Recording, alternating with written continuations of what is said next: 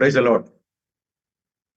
കർത്താവായ യേശുക്രിസ്തുവിന്റെ പരിശുദ്ധ നാമത്തിൽ JCNDSDയുടെ യൂട്യൂബ് ചാനലിലും ഫേസ്ബുക്ക് പേജിലും ഞങ്ങളെ ശ്രവിക്കുന്ന ബഹുമാന്യ ശ്രോതാക്കളെ ഈ രാത്രിയിൽ കർത്താവായ യേശുക്രിസ്തുവിന്റെ നാമത്തിൽ വന്ദനം ചൊല്ലുന്നു.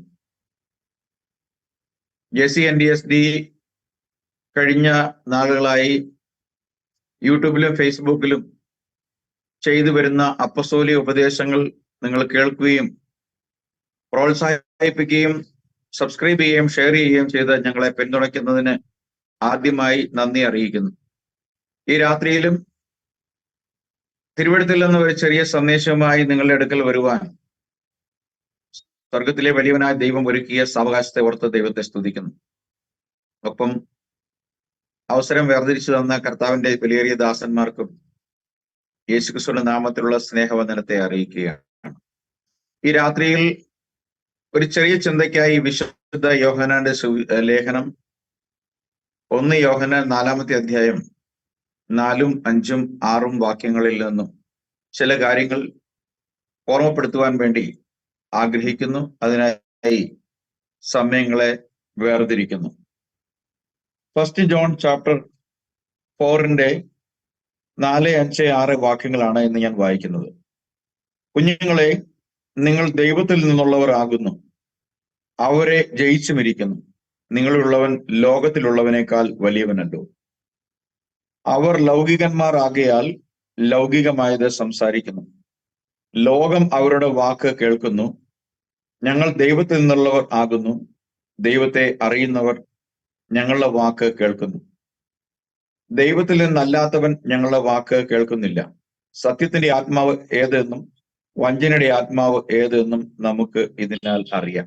Price the Lord. കർത്താവിന്റെ പരിശുദ്ധ നാമം വാഴ്ത്തപ്പെടുമാറാകട്ടെ. അപ്പോസ്തലനായ യോഹന്നാൻ ഈ കാലഘട്ടത്തിൽ സംഭവിക്കാൻ പോകുന്ന ആത്മീയ മണ്ഡലത്തിലെ അപജയത്തെ അല്ലെങ്കിൽ അപ്പോസ്റ്റസി, വിശ്വാസത്യാഗം ഏത് വിധേന ഉണ്ടാകുമെന്നുള്ള കാര്യത്തെ ഓർമ്മപ്പെടുത്തിക്കൊണ്ടാണ് ഈ 4-ാമത്തെ അധ്യായം ആരംഭിക്കുന്നത്.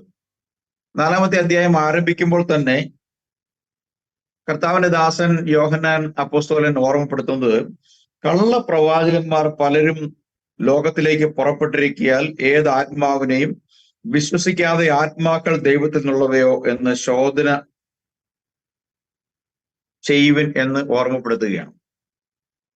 യോഹന്നാൻ അപ്പോസ്തലൻ ഈ കാര്യം എഴുതുമ്പോൾ തന്നെ കള്ളപ്രവാചകന്മാർ പലരും ലോകത്തിലേക്ക് പുറപ്പെട്ടിരിക്കുന്നു എന്ന് പ്രസന്റ് ടെൻസിലാണ് ഓർമ്മപ്പെടുത്തിയിട്ടുള്ളത്. വിശുദ്ധ പൗലോസും അപ്പോസ്തല പ്രവൃത്തി 20-ാം അധ്യായത്തിലും ഈ ആത്മീയ മണ്ഡലത്തിൽ കൊടിയ ചെന്നായ്ക്കൾ വിപരീത ഉപദേശങ്ങൾ പ്രസ്താവിച്ചുകൊണ്ട് കടക്കുമെന്നുള്ള കാര്യത്തെക്കുറിച്ച് അവിടെയും ഓർമ്മപ്പെടുത്തുന്നുണ്ട്. പിന്നീട് കൊറിന്ത്യ ലേഖനം 2 കൊരിന്ത്യർ 4-ലും 2 കൊരിന്ത്യർ 11-ലും പിന്നീട് ഗലാത്യ സഭയിൽ ഗലാത്യർക്ക് ലേഖനം എഴുതുമ്പോൾ 1-ാമത്തെ അധ്യായത്തിലും ആത്മീയ മണ്ഡലത്തിൽ വരുവാൻ പോകുന്ന വിശ്വാസ ത്യാഗത്തെ സംബന്ധിച്ച്, അല്ലെങ്കിൽ വിശ്വാസികളെ ദുരുപയോഗം ചെയ്ത് അല്ലെങ്കിൽ കെട്ടുകഥകളെയും നിർമ്മിതമായ സ്റ്റോറികളും അത്ഭുതങ്ങളും അടയാളങ്ങളും ഫാബ്രിക്കേറ്റ് ചെയ്തിട്ടുള്ള സ്റ്റോറികളും കൊണ്ട് ആത്മീയ മണ്ഡലത്തിൽ ആളുകളെ തെറ്റിദ്ധരിപ്പിക്കുകയും തെറ്റിലേക്ക് വഴുതി വീഴിക്കുകയും ചെയ്യുന്ന ഒരു ആത്മാവിന്റെ പ്രവർത്തനം അവിടെ വാൺ ചെയ്യുന്നതായി അല്ലെങ്കിൽ താക്കീത് നൽകുന്നതായി നമുക്ക് കാണാൻ സാധിക്കും. ഇന്ന് പുതിയതായി വിശ്വാസത്തിലേക്ക് വരുന്ന പലരും, ട്രിനിറ്റേറിയൻ സഭകളിൽ പോകുന്നവർ പലരും ഊതി വീഴ്ത്തുന്നതും ചാടിക്കളിക്കുന്നതും അട്ടഹസിക്കുന്നതും തലകുത്തി മറിയുന്നതും ഒക്കെ ആത്മാവിന്റെ പ്രവർത്തനമാണ്, പരിശുദ്ധാത്മാവിന്റെ പ്രവർത്തനമാണ്. അത്തരം കാര്യങ്ങൾ ചെയ്യുന്ന സഭകളിൽ കൂടുതൽ ദൈവാത്മാവിന്റെ പ്രവർത്തനമുണ്ട് എന്ന് തെറ്റിദ്ധരിപ്പിക്കുന്ന വിധത്തിൽ പ്രവർത്തിക്കുന്ന ഒരു പശ്ചാത്തലത്തിൽ നാം ഇന്ന് സംസാര വിഷയമാക്കുന്ന ഈ വിഷയത്തിന് വളരെ ഗൗരവതരമായ ഒരു പ്രസക്തി ഉണ്ട് എന്ന് ഞാൻ വിശ്വസിക്കുന്നു.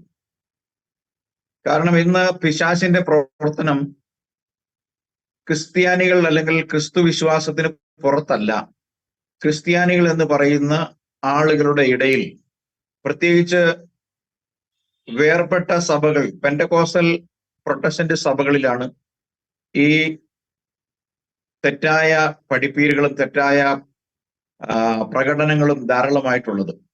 അതുകൊണ്ട് തന്നെ ദൈവവചനത്തിന്റെ അടിസ്ഥാനമില്ലാത്ത പുതുവിശ്വാസികൾക്ക് ശരി തെറ്റുകളെ കുറിച്ച് തിരിച്ചറിയാൻ കഴിയാത്ത ഒരു അവസ്ഥ വന്നു ചേർന്നിട്ടുണ്ട്. ഇവിടെ യോഹന്നാൻ അതിന്റെ പശ്ചാത്തലം അവതരിപ്പിക്കുമ്പോൾ പറയുന്നത് ഇങ്ങനെ: യേശു ക്രിസ്തു ജഡത്തിൽ വന്നു എന്ന് സ്വീകരിക്കുന്ന ആത്മാവൊക്കെയും ദൈവത്തിൽ നിന്നുള്ളവർ. അപ്പോ യേശു ക്രിസ്തു ജഡത്തിൽ വന്നു എന്ന് പറയുമ്പോൾ ട്രിനിറ്റേറിയൻ സഭകൾ പഠിപ്പിക്കുന്നത് തൃത്വത്തിലെ രണ്ടാമനായ ദൈവം അല്ലെങ്കിൽ ക്രിസ്തു ജഡത്തിൽ വന്നു എന്നാണ് പഠിപ്പിക്കുന്നത്. അതിലൊരു മിസ്റ്ററിയോ ഒരു മർമ്മമോ ഒന്നുമില്ല. ബൈബിൾ എപ്പോഴും നമുക്ക് കാണാൻ കഴിയുന്നത് പുതിയ നിയമം പഴയ നിയമത്തിന്റെ പ്രകാശനമാണ്, അല്ലെങ്കിൽ പഴയ നിയമത്തിൽ മർമ്മമായി പ്രസ്താവിക്കപ്പെട്ടിട്ടുള്ള, അല്ലെങ്കിൽ പഴയ നിയമത്തിൽ പ്രവാചകന്മാർ മുഖാന്തരം ഇസ്രായേലിനോട് സംസാരിക്കപ്പെട്ടിട്ടുള്ള ഏക ദൈവത്തിന്റെ പ്രത്യക്ഷതയെ സംബന്ധിച്ചാണ് പുതിയ നിയമത്തിൽ നമ്മൾ 4 സുവിശേഷകന്മാർ, മോശ തുടങ്ങി മലാഖി വരെയുള്ള പ്രവാചകന്മാർ ക്രിസ്തു ലോകത്തിലേക്ക് വരുമ്പോൾ എന്തു ചെയ്യും, അല്ലെങ്കിൽ പഴയ നിയമത്തിൽ ആവർത്തിച്ച് പ്രസ്താവിക്കപ്പെടുന്ന ഞാൻ എന്ന ഏക വചനത്തിൽ ഐ ആം എന്ന സ്റ്റേറ്റ്മെന്റോടുകൂടി സംസാരിക്കുന്ന ആ ഏക ദൈവം മനുഷ്യന്റെ രക്ഷയ്ക്ക് വേണ്ടി രക്ഷിതാവായി വെളിപ്പെട്ടു വരുന്നതിനെ സംബന്ധിച്ചുള്ള നിരവധി പ്രവചനങ്ങളോടുകൂടിയാണ് മലാഖി വരെയുള്ള പ്രവചന ഗ്രന്ഥങ്ങൾ അവസാനിക്കുന്നത്. എന്നാൽ മലാഖിക്ക് ശേഷം പുതിയ നിയമത്തിന്റെ ഭാഗമായ 4 സുവിശേഷങ്ങളും അപ്പോസ്തലന്മാരുടെ എഴുത്തുകളും അടങ്ങുന്ന പുതിയ നിയമത്തിൽ 4 സുവിശേഷങ്ങളിൽ പഴയ നിയമത്തിൽ പ്രവാചകന്മാരിലൂടെ സംസാരിക്കപ്പെട്ടിരിക്കുന്ന ദൈവത്തിന്റെ പ്രത്യക്ഷത 4 സുവിശേഷകന്മാർ അവർക്ക് ദൈവം കൊടുത്ത ആത്മാവിന്റെ നിറവനുസരിച്ച് പ്രഖ്യാപിച്ചിട്ടുണ്ട്. അങ്ങനെ 4 സുവിശേഷങ്ങളിൽ വെളിപ്പെടുത്തപ്പെട്ട ക്രിസ്തു ഉൽപ്പത്തി മുതൽ മലാഖി വരെയുള്ള പ്രവചന ഗ്രന്ഥങ്ങളിൽ മനുഷ്യന്റെ പാപത്തിന്റെ പരിഹാരത്തിനായി രക്ഷിതാവായി വെളിപ്പെട്ടു വരുന്ന ആ ക്രിസ്തുവിന്റെ രക്ഷണീയ കർമ്മമായ കാൽവരി ക്രൂശ് മരണത്തെ ആണ് പോയിന്റ് ചെയ്തുകൊണ്ട് അല്ലെങ്കിൽ ചൂണ്ടിക്കാണിച്ചുകൊണ്ടിരുന്നതെന്ന് തിരുവെഴുത്തുകളെ ദൈവത്തിന്റെ പരിശുദ്ധാത്മാവിന്റെ അടിസ്ഥാനത്തിൽ പഠിക്കുന്ന ഏതൊരു വ്യക്തികൾക്ക് മനസ്സിലാവും. എന്നാൽ കർത്താവായ യേശുക്രിസ്തുവിന്റെ കാൽവരി ക്രൂശിലെ മരണവും അടക്കവും പുനരുദ്ധാനവും വീണ്ടും വാഗ്ദത്തം ചെയ്ത പരിശുദ്ധാത്മാവിന്റെ വരവോടുകൂടി ആരംഭിക്കപ്പെട്ട യേശുക്രിസ്തുവിന്റെ ശരീരമാകുന്ന വിശുദ്ധ സഭയും അതിന്റെ ഇപ്പോൾ നാം വായിച്ച യോഹന്നാൻ അടക്കമുള്ള അപ്പോസ്തലന്മാരും വെളിപ്പെടുത്തുന്ന ക്രിസ്തു തൃത്വത്തിലെ രണ്ടാമനല്ല, മറിച്ച് ഏക സത്യദൈവമായ പിതാവാണ്. Price the Lord. ആ പിതാവിന്റെ ജഡപ്രത്യക്ഷതയെ സംബന്ധിച്ച് ആണ് ഇവിടെ പറയുന്നത്. ആ യേശു ക്രിസ്തു എന്ന പഴയ നിയമത്തിലെ പ്രവാചകന്മാർ ആരാധിച്ചു വന്ന ദൈവം ജഡത്തിൽ വന്നു എന്ന് വിശ്വസിക്കുന്ന ആത്മാവൊക്കെയും ദൈവത്തിൽ നിന്നുള്ളത് ഇത്രേ. Price the Lord. എന്നിട്ട് പറയാണ്, യേശുവിനെ സ്വീകരിക്കാത്ത യാതൊരു ആത്മാവും ദൈവത്തിൽ നിന്നുള്ളതല്ല, അത് എതിർ ക്രിസ്തുവിന്റെ ആത്മാവ് തന്നെ. അപ്പൊ യേശു ക്രിസ്തു ജഡത്തിൽ വന്നു, അല്ലെങ്കിൽ ദൈവം ജഡത്തിൽ വന്നു എന്ന് അംഗീകരിക്കാത്ത, വിശ്വസിക്കാത്ത, സ്വീകരിക്കാത്ത ആത്മാവ് ഒക്കെയും ദൈവത്തിൽ നിന്നുള്ളതല്ല, അത് പിശാചിൽ നിന്നുള്ളത് എത്രേ എന്ന് ഇവിടെ നാം സ്പഷ്ടമായിട്ട് വായിക്കുന്നു. അതുകൊണ്ട് അപ്പോസ്തലനായ യോഹന്നാൻ പറയാണ്, അത് എതിർ ക്രിസ്തുവിന്റെ ആത്മാവ് തന്നെ, അത് വരും എന്ന് നിങ്ങൾ കേട്ടിട്ടുണ്ടല്ലോ.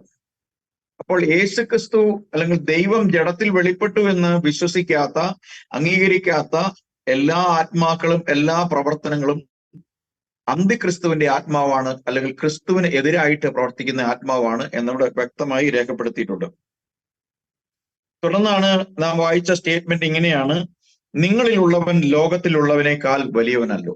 Price the Lord. നാം എല്ലാവരും സ്വാഭാവികമായ ജനനത്തിൽ നമ്മുടെ അപ്പനും അമ്മയും അവരുടെ താല്പര്യപ്രകാരം നാം ഈ ലോകത്തിലേക്ക് വന്നു. അങ്ങനെ നമ്മളുടെ ആദ്യത്തെ കോശത്തിൽ നാം ഒരു മനുഷ്യ വ്യക്തിയുടെ ഒരു ഭ്രൂണമായി സൃഷ്ടിക്കപ്പെട്ടപ്പോൾ നമ്മിൽ വന്നു ചേർന്ന നമ്മുടെ ആത്മാവ് ആദാമിന്റെ പാപനിമിത്തം മൃതമായിരുന്നുവെന്ന് അപ്പോസ്തലന്മാർ അവരുടെ ലേഖനങ്ങളിൽ പഠിപ്പിക്കുന്നുണ്ട്. അങ്ങനെ പാപം ചെയ്യുകയും പാപത്തിന്റെ സ്വഭാവമുള്ളവരായി ഈ ലോകത്തിലേക്ക് വന്ന നാം ഓരോരുത്തരും പാപം ചെയ്യാൻ നമ്മൾ പലതും പഠിച്ചു ചെയ്യുന്ന പോലെ പാപം നമ്മൾ ചെയ്യാൻ ആരും നമ്മളെ പഠിപ്പിച്ചില്ല.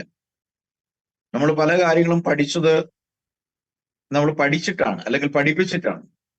എന്നാൽ പാപം ചെയ്യുക, തെറ്റു ചെയ്യുക എന്നുള്ളത് നമ്മുടെ ആദി മാതാപിതാക്കളിൽ നിന്ന് നമുക്ക് ലഭിച്ച നൈസർഗികമായ പ്രവർത്തനമാണ്.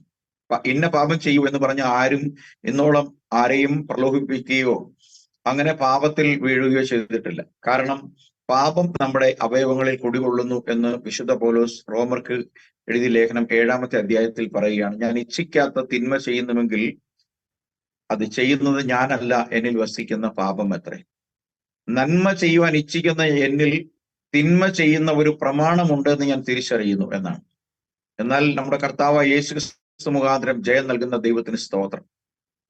അപ്പൊ പാപത്തിന്റെ മേൽ നമുക്ക് ജയം നൽകുവാൻ കഴിയുന്നത് നമ്മിൽ വസിക്കുന്ന ദൈവത്തിന്റെ പരിശുദ്ധാത്മാവിനാണ്. ഈ പരിശുദ്ധ ആത്മാവ് നമ്മുടെ ഉള്ളിൽ, അതാണ് നമ്മിലുള്ളവൻ ലോകത്തിലുള്ളവനേക്കാൾ വലിയവൻ. നമുക്കറിയാം, ലോകത്തിലുള്ള ആത്മാവ് അന്തിക്രിസ്തുവിന്റെ ആത്മാവാണ്, അല്ലെങ്കിൽ പൈശാചികന്റെ ആത്മാവാണ്, അല്ലെങ്കിൽ സാത്താന്റെ എന്ന് നമുക്ക് പല പേരുകളിൽ പറയാൻ കഴിയും. അപ്പൊ ദൈവത്തിന്റെ എതിരായി പ്രവർത്തിക്കുന്ന ആ ആത്മാവാണ് ഇന്ന് മറ്റ് മതസമൂഹങ്ങളിൽ നിന്നും ഉപരിയായി അധികമായി ക്രിസ്തീയ ആത്മീയ മണ്ഡലത്തിൽ അനേക ദൈവത്തിന്റെ ദാസന്മാരെന്ന് സ്വയം അവകാശപ്പെടുകയോ അല്ലെങ്കിൽ അവകാശപ്പെടുത്തുകയോ ചെയ്തുകൊണ്ട് ജനങ്ങളെ വഞ്ചിച്ച് മുന്നോട്ട് പോയിക്കൊണ്ടിരിക്കുന്നു.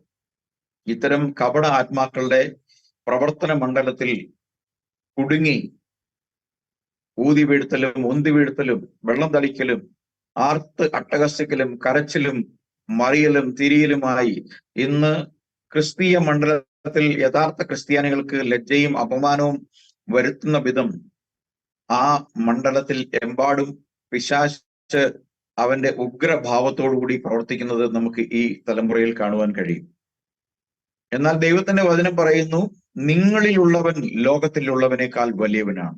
He that is in you is greater than one in the world. Praise the Lord. നമ്മൾ ആരാണുള്ളത്? പൗലോസ് ലേഖനം 1-ാമത്തെ അധ്യായം അതിന്റെ 27-ാമത്തെ വാക്യം നാം പഠിക്കുമ്പോൾ നാം വായിക്കുന്നത്, നമ്മിൽ ക്രിസ്തുവിന്റെ ആത്മാവാണ് ഉള്ളത് എന്നാണ്. Price the Lord. കൊലോസ്യർ 1:27 നാം വായിക്കുമ്പോൾ അതിലിങ്ങനെയാണ്,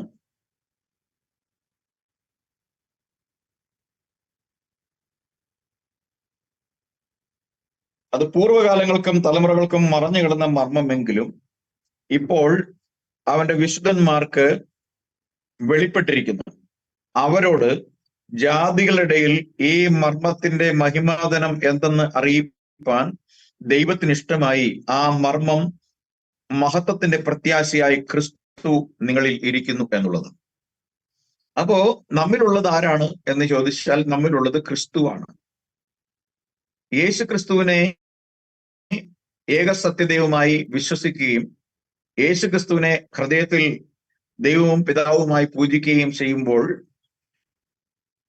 നാം പാപസംബന്ധമായി റോമർ 6 പറയപ്പെട്ടത് പ്രകാരം മരിച്ചിട്ട് നീതിക്ക് വേണ്ടി കർത്താവായ യേശു ക്രിസ്തുവിനോട് ചേരുവാൻ യേശു ക്രിസ്തുവിന്റെ നാമത്തിൽ സ്നാനമേറ്റുകൊണ്ട് പാപങ്ങളെ കഴുകിക്കളഞ്ഞ് ജീവന്റെ പുതുക്കത്തിൽ നടക്കുവാൻ നാം പ്രതിജ്ഞ എടുത്തുകൊണ്ട് നമ്മുടെ ജീവിതത്തെ യേശു ക്രിസ്തുവിന്റെ മരണത്തോട് താതാത്മ്യം പ്രാപിക്കുന്നപ്പോൾ ദൈവം നമുക്ക് നൽകുന്നു ദൈവത്തിന്റെ ആത്മാവിനെ.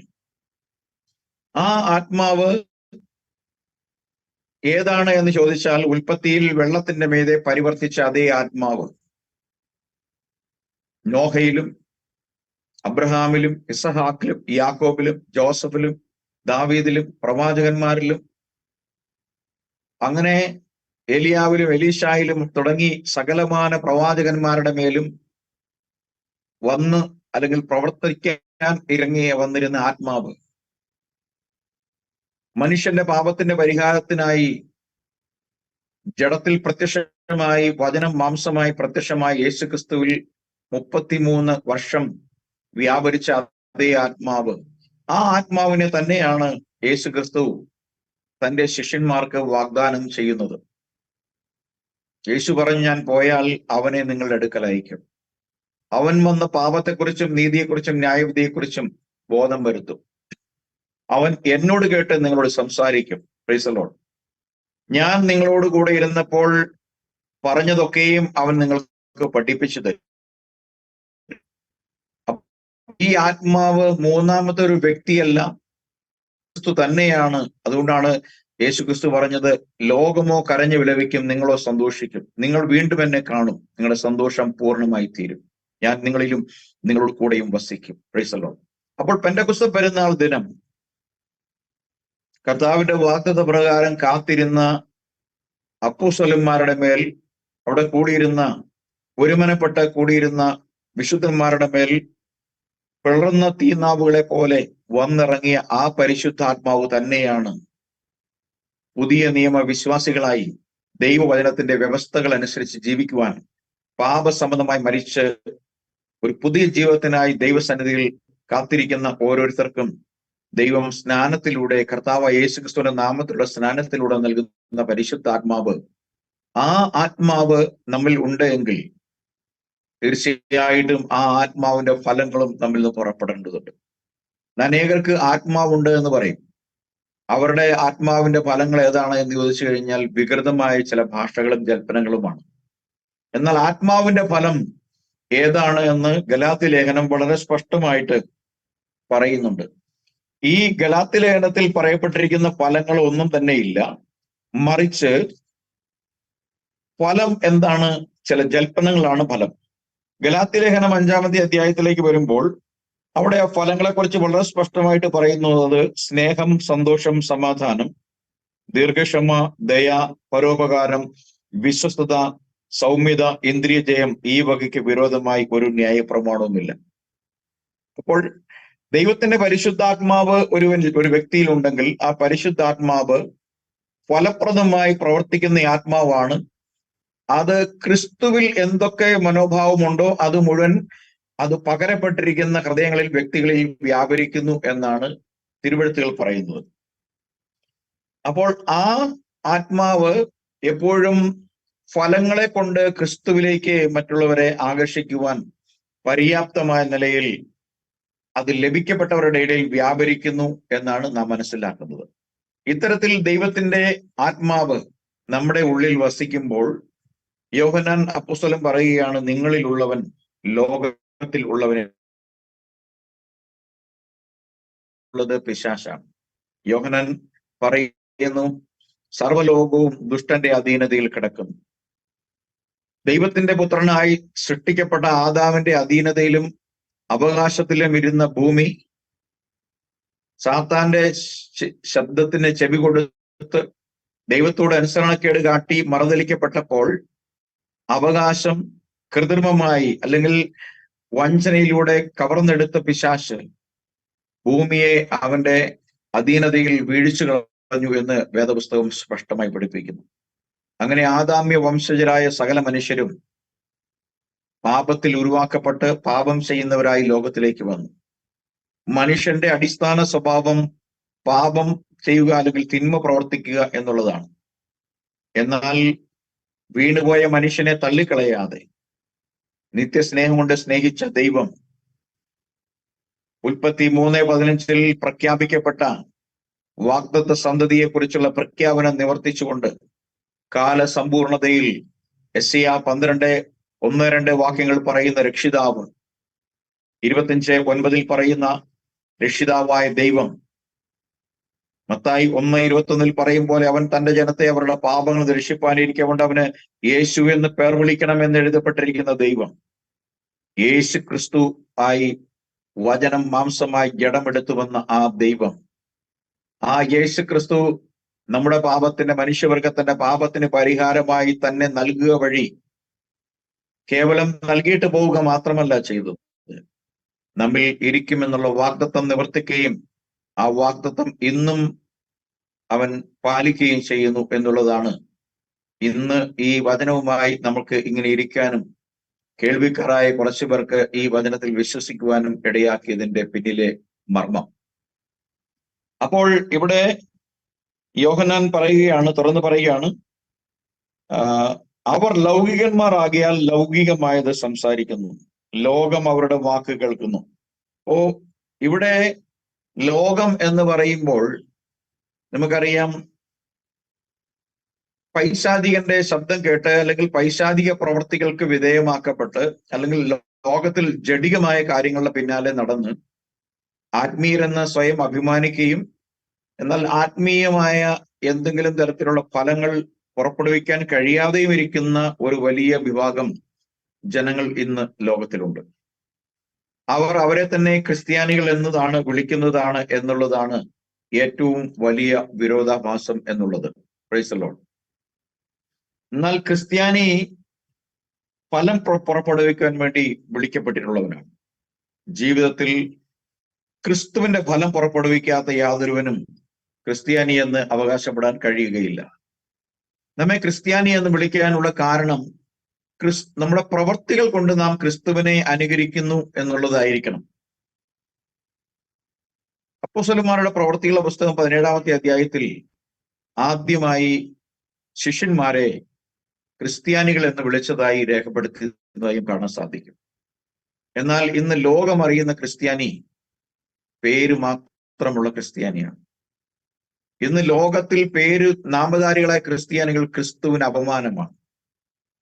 ക്രിസ്തുവില്ലാത്ത ക്രിസ്ത്യാനി എന്ന് അവരെ വിളിക്കേണ്ടി വരും. എന്നാൽ ക്രിസ്തു ഉള്ളവൻ എങ്ങനെയായിരിക്കുമെന്ന് വളരെ സ്പഷ്ടമായി തിരുവെഴുത്തുകൾ നമ്മെ ഓർമ്മപ്പെടുത്തുന്നുണ്ട്. റോമാലേഖനത്തിലേക്ക് വരുമ്പോൾ ഇവിടെ നാം അതിന്റെ 8-ാമത്തെ അധ്യായത്തിൽ ഇങ്ങനെ നാം വായിക്കുന്നു, ആകയാൽ സഹോദരന്മാരെ, നാം ജഡത്തെ അനുസരിച്ച് ജീവിക്കേണ്ടതിന് ജഡത്തിനല്ല കടക്കാരാകുന്നത്. നമ്മുടെ ജഡം പാപസമ്മതമായി മരണപ്പെട്ടാണ് ലോകത്തിലേക്ക് വന്നത്. നമ്മുടെ പ്രാണനും ദേഹവും ദേഹിയും ഒരുപോലെ പാപത്താൽ നിബദ്ധമാക്കപ്പെട്ടാണ് ലോകത്തിലേക്ക് വന്നതെന്ന് തിരുവെഴുത്ത് പറയുന്നു. ഇവിടെ പൗലോസ് അപ്പോസ്തലൻ പറയണം, നിങ്ങൾ ജഡത്തെ അനുസരിച്ച് ജീവിക്കുന്നുവെങ്കിൽ മരിക്കും. നിശ്ചയം. ആത്മാവിനാൽ ശരീരത്തിന്റെ പ്രവൃത്തികളെ മരിപ്പിക്കുന്നുവെങ്കിലോ നിങ്ങൾ ജീവിക്കും. ദൈവാത്മാവ് നടത്തുന്നവർ എല്ലാവരും ദൈവത്തിന്റെ മക്കൾ ആകുന്നു. നിങ്ങൾ പിന്നെയും ഭയപ്പെടേണ്ടതിന് ദാസ്യത്തിന്റെ ആത്മാവിനെ അല്ല, നാം അബ്ബാ പിതാവേ എന്ന് വിളിക്കുന്ന പുത്രത്വത്തിന്റെ ആത്മാവിനെ എത്രേ നാം പ്രാപിച്ചത്. Price the Lord. അപ്പോൾ ദൈവത്തെ നാം നമ്മുടെ ഐഹിക പിതാക്കന്മാരെ അപ്പ എന്ന് വിളിക്കുന്നത് പോലെ തന്നെ നാം ദൈവത്തെ അപ്പ എന്ന് വിളിക്കുവാനുള്ള ആത്മീയമായി നമ്മളുടെ മടങ്ങിവരവ് അല്ലെങ്കിൽ നമ്മുടെ റിസ്റ്റോറേഷൻ, പുത്രത്വത്തിലേക്കുള്ള മടങ്ങിവരവ് നാം തിരിച്ചറിഞ്ഞ് നമ്മുടെ സൃഷ്ടികർത്താവായ ദൈവത്തെ നാം അബ്ബാ ഫാദർ എന്ന് വിളിക്കുന്ന പുത്രത്വത്തിലേക്കാണ് ദൈവം നമ്മെ കൊണ്ടുവന്നിരിക്കുന്നത്. അങ്ങനെ ക്രിസ്തുവിന്റെ ആത്മാവ് പ്രാപിച്ചവർ, പൗലോസ് പറയാണ്, ക്രിസ്തുവിന്റെ ആത്മാവില്ലാത്തവൻ അവനുള്ളവൻ അല്ല. നാം ക്രിസ്തുവിന്റെ ആത്മാവുള്ളവരാണ് എന്ന് പറയുകയാണ്. Price the Lord. പൗലോസ് പ്രകാരം പറയുന്നു, ക്രിസ്തുവിന്റെ ആത്മാവ് നമ്മിൽ ഉണ്ടെങ്കിലോ നാം പാപനിമിത്തം മരിച്ചവരാണെങ്കിലും ആത്മാവ് നീതി നിമിത്തം ജീവനാകുന്നു. Praise the Lord. ഹല്ലേലൂയ. അപ്പോൾ ദൈവം ജഡസംബന്ധമായി തിരുവെഴുത്തുകൾ നാം പഠിക്കുമ്പോൾ എഫേസ്യ ലേഖനം 2-ാമത്തെ അധ്യായത്തിലൊക്കെയും വളരെ സ്പഷ്ടമായിട്ട് പറയുന്നു, നാം അകൃത്യങ്ങളിലും പാപങ്ങളിലും മരിച്ചവരായിരുന്നു, എങ്കിലും ദൈവം നമ്മെ ഉയർപ്പിച്ചു. Price the Lord. അപ്പോൾ ദൈവത്തിന്റെ സഭ പാപസമ്മതമായി മരണപ്പെട്ടിരിക്കുന്ന വ്യക്തികളെ പുതുജനനത്തിലൂടെ യേശുക്രിസ്തു ഉള്ളിൽ ജനിച്ച് വാഴുന്നവരായി ഈ ലോകത്തിലേക്ക് വരികയും ആത്മാവിന്റെ ഫലങ്ങളെ പുറപ്പെടുവിച്ചുകൊണ്ട് നാം ദൈവത്തിന്റെ മക്കളാണ് എന്ന് വെളിപ്പെടുത്തുകയും ചെയ്യുന്നതാണ് ദൈവത്തിന്റെ പുത്രത്വം. അങ്ങനെ ഉള്ളൊരു പുത്രത്തെ സംബന്ധിച്ച് പറയുമ്പോൾ അവിടെയാണ് ക്രിസ്തുവിന്റെ ആത്മാവിനാൽ പുതുതായി ജനിച്ച ഓരോ വ്യക്തിയും ദൈവത്തിൽ നിന്നുള്ളവർ ആകുന്നു എന്ന് യോഹന്നാൻ നമ്മെ ഓർമ്മപ്പെടുത്തുന്നു. ദൈവത്തിൽ നിന്നുള്ളവരാണ് നാം എങ്കിൽ നാം ലോകത്തെ ജയിച്ചവരാണ് എന്നും പറയുന്നു. നാം ക്രിസ്തുവിന്റെ ആത്മാവുള്ളവരാണെങ്കിൽ നമ്മുടെ അനുദിന ജീവിതത്തിൽ, നമ്മുടെ പ്രവർത്തന മണ്ഡലങ്ങളിൽ, കുടുംബജീവിതത്തിൽ, നമ്മുടെ ഇടപാടുകളിൽ നാം പാലിക്കേണ്ടുന്ന വിശ്വസ്തത അല്ലെങ്കിൽ ഫലങ്ങൾ കൃത്യമായി വെളിപ്പെട്ടു വരണം. അതാണ് അതിന്റെ തോത്. നാം ദൈവികരാണോ ആത്മീയരാണോ എന്ന് നാം അറിയണമെങ്കിൽ ഇന്ന് ആത്മീയ മണ്ഡലത്തിൽ കാണിക്കുന്ന പല കാര്യങ്ങളും അവ ശരിക്കും ആത്മീയമാണോ, അവ തിരുവെഴുത്തുകൾ പ്രകാരമാണോ എന്ന് നാം അറിയണമെങ്കിൽ അതിന്റെ ഒരൊറ്റ പാരാമീറ്ററേ ഉള്ളൂ, ഒരു അളവുകോൽ മാത്രമേ ഉള്ളൂ, അത് തിരുവെഴുത്തുകളാണ്. നാം തിരുവെഴുത്തുകൾ അറിയായികയാലാണ് തെറ്റിപ്പോകുന്നത്. യേശു പറഞ്ഞു തിരുവെഴുത്തുകളെ അറിയായികയാൽ അവർ തെറ്റിപ്പോകുന്നു എന്ന് പറഞ്ഞു. അപ്പോ ഇന്നത്തെ ആത്മീയരുടെ ഏറ്റവും വലിയ പ്രശ്നം വചനത്തിന്റെ പിൻബലമില്ലാത്ത, വചനത്തിന്റെ വെളിപ്പാടില്ലാത്ത, ആത്മീയ ദർശനമില്ലാത്ത കേവലം ആൾക്കൂട്ടങ്ങൾ മാത്രമാണ് ഇന്നത്തെ ആത്മീയ മണ്ഡലം. എന്നാൽ തിരുവെഴുത്തുകളെ അറിയുന്ന ഏതൊരു വ്യക്തിക്കും തിരുവെഴുത്തുകളാണ് എല്ലാ പ്രവർത്തനങ്ങളുടെയും അളവുകോൽ. നാം ആത്മീയരാണോ അനാത്മീയരാണോ, നമ്മുടെ ചുറ്റും നടക്കുന്ന സംഭവങ്ങൾ ആത്മീകമാണോ അനാത്മീകമാണോ, അവ ദൈവികമാണോ പൈശാചികമാണോ എന്ന് തിരിച്ചറിയണമെങ്കിൽ തീർച്ചയായും ദൈവത്തിന്റെ ആത്മാവ് നമ്മുടെ മേൽ ഉണ്ടായിരിക്കണം. ദൈവത്തിന്റെ ആത്മാവില്ലാത്ത മൃതശരീരങ്ങളെ പോലെ, ശരീരത്തിൽ ജീവനുണ്ടെങ്കിലും ഓൾറെഡി മൃതന്മാരായി ജീവിക്കുന്ന അസംഖ്യം നാമധേയ ക്രിസ്ത്യാനികളായി വാഴുന്ന അനേകം ആളുകൾ നമ്മുടെ ചുറ്റിലുമുണ്ട്. എന്നാൽ തിരുവെഴുത്തുകളെ സംബന്ധിച്ചുള്ള പരിജ്ഞാനത്തിന്റെ അഭാവ നിമിത്തം, അല്ലെങ്കിൽ അവ വ്യക്തമായ രീതിയിൽ പഠിപ്പിക്കാത്ത നിമിത്തം പലരും ഇടറിപ്പോകുന്ന ഒരു പശ്ചാത്തലവും നമ്മുടെ മുമ്പിലുണ്ട്. അതുകൊണ്ട് ഇവിടെ യോഹന്നാൻ വളരെ ആർദ്രതയോടെ കുഞ്ഞുങ്ങളെ എന്ന് വിളിച്ചുകൊണ്ടാണ് ദൈവസഭയെ അഭിസംബോധന ചെയ്യുന്നത്. കുഞ്ഞുങ്ങളെ, 4-ാമത്തെ വാക്യത്തിൽ നിങ്ങൾ ദൈവത്തിൽ നിന്നുള്ളവനാകുന്നു, അവരെ ജയിച്ചിരിക്കുന്നു, ലോകത്തെയും പാപത്തെയും നിങ്ങൾ ജയിച്ചിരിക്കുന്നു, കാരണം നിങ്ങൾ ദൈവത്തിൽ നിന്നുള്ളവരാകുന്നു. 5-ാമത്തെ വാക്യത്തിലേക്ക് വരുമ്പോൾ അവർ ലൗകികമാകിയാൽ ലൗകികന്മാരായതുകൊണ്ട് ലൗകികമായത് സംസാരിക്കുന്നു. ആത്മീയന്മാരാണെങ്കിൽ നമുക്കറിയാം, നമ്മളുടെ ബൈബിൾ കർത്താവ് പറഞ്ഞ ഹൃദയം എവിടെയാണോ നിങ്ങളുടെ അധരങ്ങൾ അവിടെയായിരിക്കും നിങ്ങളുടെ നിങ്ങളുടെ നിക്ഷേപം എവിടെയാണോ അവിടെയാണ് നിങ്ങളുടെ ഹൃദയം. നിങ്ങളുടെ ഹൃദയത്തിന്റെ തികവിൽ നിന്നും അധരം സംസാരിക്കുന്നു. നമ്മുടെ ഹൃദയത്തിൽ എന്താണ് ഉള്ളത് അതാണ് നമ്മൾ ദൈനംദിനം സംസാരിക്കുന്നത്. ഹൃദയത്തിൽ ബിസിനസ് ആണെങ്കിൽ ബിസിനസ് സംസാരിക്കും, ഹൃദയത്തിൽ ലോകവും സിനിമയും ആണെങ്കിൽ അത് സംസാരിക്കും. അപ്പോൾ ഹൃദയത്തിൽ ക്രിസ്തുവാണുള്ളതെങ്കിൽ ക്രിസ്തുവിനെ കുറിച്ച് സംസാരിക്കും. കാരണം നാം സംസാരിക്കുന്നതിന്റെ സോഴ്സ് എത്രമാത്രം ഡെപ്താണ് ഉള്ളത്, അതിന്റെ അടിസ്ഥാനത്തിലായിരിക്കും നമ്മുടെ സംസാരവും പ്രവർത്തന മണ്ഡലങ്ങളും അതിനെ ചുറ്റിപ്പറ്റിയായിരിക്കും പോകുന്നത്. ഇവിടെ പറയുന്ന 6-ാമത്തെ വാക്യത്തിൽ പറയുമ്പോൾ ഞങ്ങൾ ദൈവത്തിൽ നിന്നുള്ളവരാകുന്നു. ഹല്ലേലൂയ. അപ്പോസ്തലന്മാർക്ക് ഈ ഉറപ്പ് അവരുടെ വ്യക്തമായി അവർക്ക് ലഭിച്ചിട്ടുണ്ട്. അതുകൊണ്ട് അവർ പറയാണ് ഞങ്ങൾ ദൈവത്തിൽ നിന്നുള്ളവരാകുന്നു, ഞങ്ങളുടെ വാക്ക് ദൈവത്തിൽ നിന്നുള്ളവർ അല്ലാത്തവർ ഞങ്ങളുടെ വാക്ക് കേൾക്കുന്നില്ല. ഇപ്പോ നമുക്കറിയാം, ഏകസത്യദൈവ വിശ്വാസികളായ ക്രിസ്ത്യാനികളായ നമ്മെ സംബന്ധിച്ചിടത്തോളം നമുക്ക് സ്പഷ്ടമായി പറയാൻ കഴിയുന്ന ഒരു കാര്യം, ഇന്ന് ഏറ്റവും അധികം പരിഹസിക്കപ്പെടുന്ന ഒരു വിഭാഗമാണ് അപ്പോസ്തലന്മാരുടെ ഉപദേശം പഠിപ്പിക്കുന്ന ക്രിസ്ത്യാനികൾ. പരിഹസിക്കുന്നതും എതിർക്കുന്നതും ക്രിസ്ത്യാനികൾ ആണ് എന്നുള്ളതാണ് ഏറ്റവും വലിയ വിരോധാഭാസവും. അപ്പോൾ സത്യം പഠിപ്പിക്കുന്നത് കൊണ്ടും സത്യം മാത്രം പറയുന്നത് കൊണ്ടും അപ്പോസ്തലന്മാരുടെ നടപടിക്രമങ്ങൾ മാത്രം ഫോളോ ചെയ്യുന്നത് കൊണ്ടും ക്രിസ്ത്യാനികളെന്ന് അവകാശപ്പെടുന്നവർ ഒരുമിച്ച് നിന്നുകൊണ്ട് ഡിനോമിനേഷൻ വ്യത്യാസമില്ലാതെ പരിഹസിക്കുന്നതും സത്യവിശ്വാസികളെയാണ്.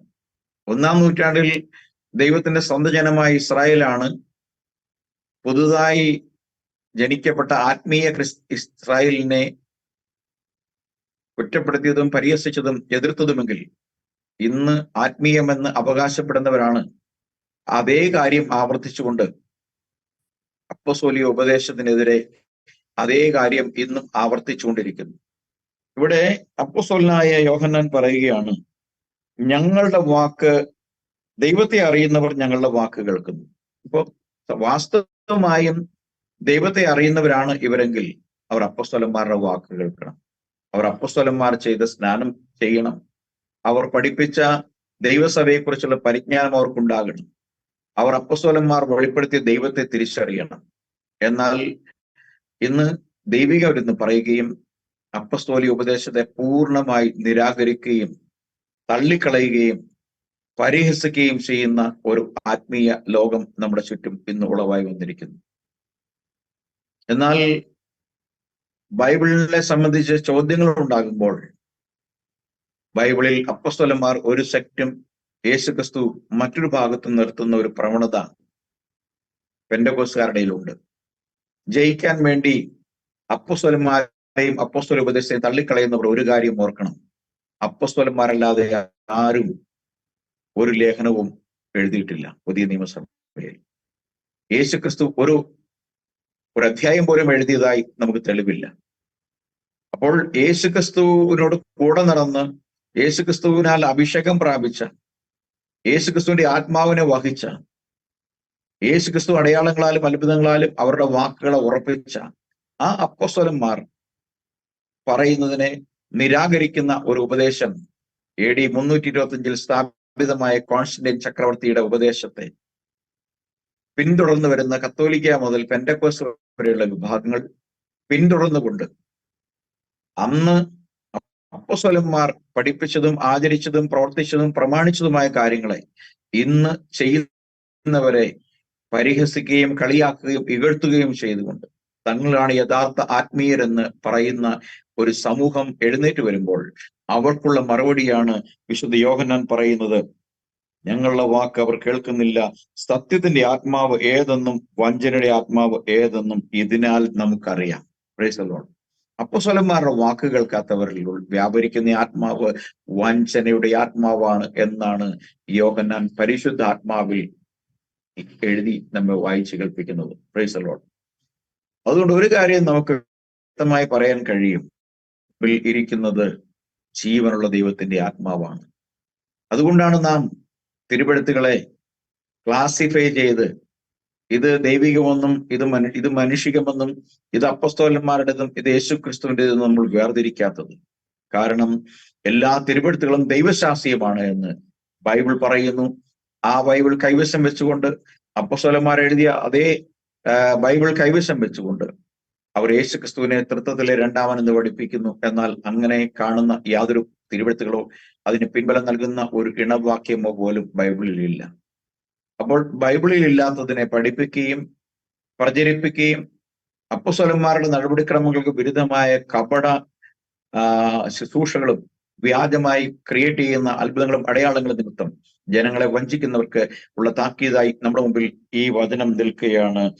സത്യത്തിന്റെ ആത്മാവ് ഏതെന്നും വഞ്ചനയുടെ ആത്മാവ് ഏതെന്നും നമുക്ക് ഇതിനാൽ അറിയാം. Price the Lord. പ്രിയമുള്ളവരെ, വാസ്തവമായി നിങ്ങൾ വീണ്ടും ജനിച്ച ഒരു ദൈവ പൈതലാണെങ്കിൽ, യേശുക്രിസ്തു നിങ്ങളിൽ വസിക്കുന്നുവെങ്കിൽ, ആ യേശുക്രിസ്തു മറ്റാരുമല്ല, മനുഷ്യനെ ഏദൻ പർദീസയിൽ ഉണ്ടാക്കിയ ആ അതേ ദൈവം തന്നെയാണ് വീണുപോയ തന്റെ മക്കളെ ഉദ്ധരിക്കുവാൻ വേഷത്തിൽ മനുഷ്യനായി ഈ ലോകത്തിലേക്ക് വന്നത്.